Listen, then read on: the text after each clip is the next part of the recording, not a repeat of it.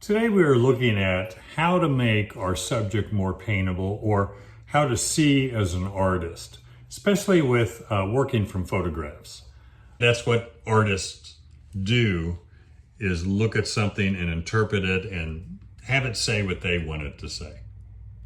I do want to say something in my painting, and I use that with color and emphasis differently from the photograph, or even outside. So here's one in Colorado. This is in summer, August, I think, or maybe July. But even in July, there's subtle color changes in these. I don't think these are aspens. These aren't aspens. These are the shrubbery that change color. Got aspens, pine trees, and the grass. So a little bit of color change, and I can push that color change a lot more if I want. Again, it's my painting. I can make whatever color. I'm using color to emphasize what I want. Now, I may choose for it to be more realistic, but I don't want to copy the photograph. So here's my changes. And this photograph is set up pretty well. It has good darks in the foreground, good dark shape back in here that allows these aspens to stand out, and good big solid shapes of the mountain, sky, foreground. I just want to simplify. I want to get rid of the dots of yellow flowers, create more pattern there. A pattern that's going to maybe wind around and lead the eye back into the background. And emphasize the shadow a bit more to break up the foreground and create a foil to make these lighter aspens stand out. And I want to use more color. I'm going to use my strongest color then right here in the most contrast right there. And the sharpest edge. The edge technically isn't sharp. These are little leaves, so they create more of a dappled edge. But I'm going to make it a sharp edge. Pushing the yellow greens, the yellow, real strong there, keeping the edge pretty sharp. This may not be my darkest dark, but here and here is the most contrast. Lightest light, almost darkest dark is the most contrast. Then I put some orange there because I can. I don't really care what that is. And that's my focal area. That stands out the most. Everything else will be slightly muted compared to that. Edges will be a lot softer everywhere compared to that. So everything's a comparison to kind of the focal point. Now, I would probably soften these edges on the snow up in the mountains a little bit more, push and pull those edges so they're not so sharp, because it's not the most contrast, but that's quite a bit of contrast. Soften the clouds so they don't jump as much forward. They don't compete with this. They're important, and I like the design of the clouds and the dark blue sky, but I don't want it to compete with this. And if we're just copying the photograph, what we're going to have is a painting here, then we're going to have a separate painting up here, and another painting here, and another painting here, because we're not relating those shapes to each other. We're just copying what we see as we move around the painting. But when I'm painting the background, I'm going to compare the edges, the values, the intensity of the color to this area, so it doesn't compete with it. A few more here. So another Colorado, same time. A little bit more of a cloudy day, but there's enough sunlight. The sun was kind of coming and going that I can push these lights a little bit. Nothing wrong with painting a cloudy day, but I'm going to choose not to paint it as cloudy or as indirect sunlight. I'm going to use more direct sunlight. And I think it's fairly easy because I can see the separation of the light shape and then the dark shape. And I can just emphasize that a bit more. But this has all the greens being the same. Really no emphasis. The fence posts just take you off the canvas, so I'm going to eliminate those. I like this water. Somehow I'm going to make it wind back in here. When I looked at this before I photographed it, I thought these were sheep. Sheep might work better than rocks, so I could have sheep kind of meandered back to the background. But I want to emphasize this. Maybe a little bit in the background, so I'll push the color a little bit back in here as well.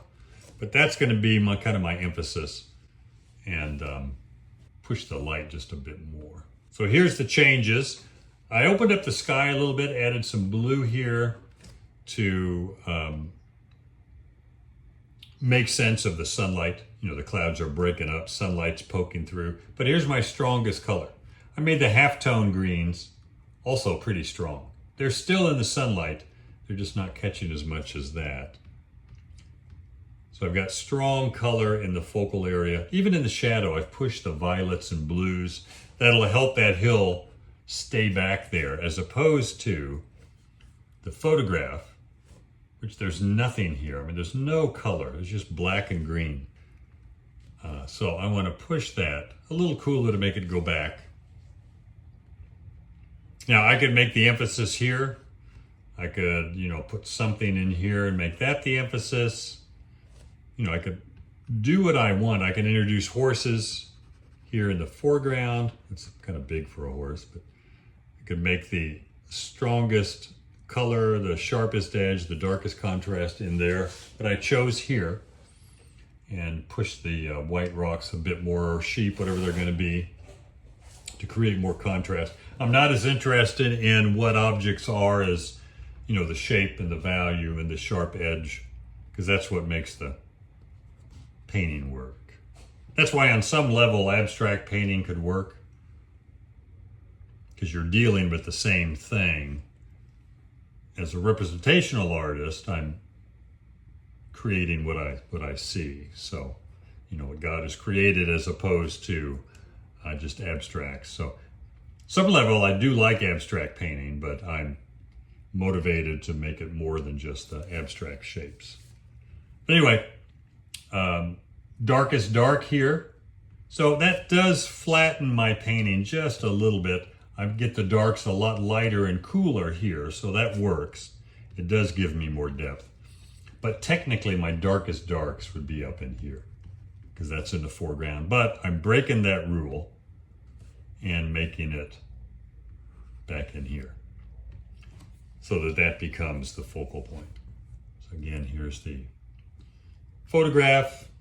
There's a lot to work with here, but it's pretty dead.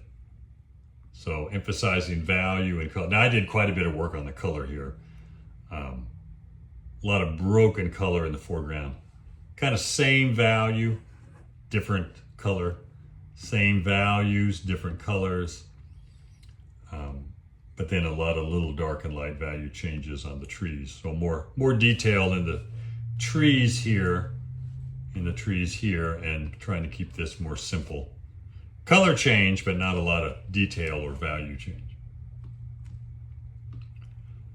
Next one here, this is in Georgia. Springtime, it's in April, it's an apple tree. The white blossoms are starting to come out, but right now it's all just dotted blossoms. Too many individual dots. I want to see masses instead of just dots. So that's one thing I want to emphasize, is the lighter masses of the white blossoms. So I'll move this along a few weeks for the apple tree and make it a lot more into bloom. Right now in the photograph, this is the focal point. Right in here, that sharp edge, that's the sharpest edge, lightest light, darkest dark. But I don't want the focal point there, so I'm going to lighten the shadow here just a little bit, and then I'll soften the edge. Also, what I want to change is the background trees. They're too busy, so I'm going to pull them together. I can make them a bit more, you know, end of April instead of early April, so they're a little more full of foliage, less of all these little tiny sky holes that create too much detail in the background, and they pull everything forward. You can see every tree trunk. Now I don't want to, I want to focus here. So I'm going to put my most contrast in this area, sharpest edges, strongest color. I'm not sure if I did put strongest color in there, but anyway, here's the result. So pull those background trees together, still have some sky holes, but nothing compared to that. That's just way too busy. And again, we're the artist here. We need to decide what's going to work better and what's not. And this is my darkest darks around in here. I tried to lighten the dark here, but yet still have it look dark. But I would definitely soften this edge. I didn't soften it in Photoshop. Too time consuming sometimes to soften in Photoshop. But I would soften that and keep my sharp edges here and on the blossoms. And these tree trunks are going to be really dark. So that'd make that tree stand out. Simplified the shadow pattern down here a little more so it's not as busy looking as the photograph. Again, pulling that busyness together into bigger dark shapes and light shapes. And the background, pulling that together into bigger shapes makes this tree stand out. Plus getting rid of all the tiny blossoms. Now I still have a lot of individual blossoms in there. I mean, there's a lot, but it's nothing compared to that. Pulling that together, it creates more interest, more solidity in the tree. It really makes that tree pop out. Also emphasizing the light on the tree trunk right there. Now color-wise, I didn't emphasize. I could emphasize the tree trunk, sunlit tree trunk as an orange. I could get a stronger halftone. I could get, put a bucket down here. You can do a lot of things for emphasis of color when you have man-made stuff. That's an awful looking bucket. But, if I wanted more color around there, I could add it, no matter what it is.